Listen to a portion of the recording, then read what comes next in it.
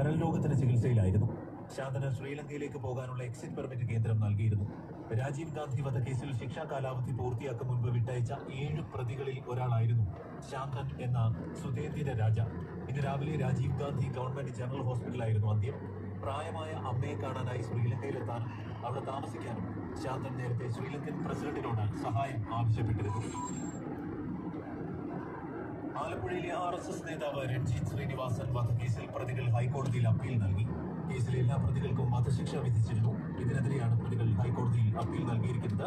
ശിക്ഷ വിധിച്ചതിന് പിന്നാലെ ജഡ്ജിക്കെതിരെ ഭീഷണി ഉയർന്നിരുന്നു. ആകെ 15 പേരാണ് കേസിലെ പ്രതികൾ.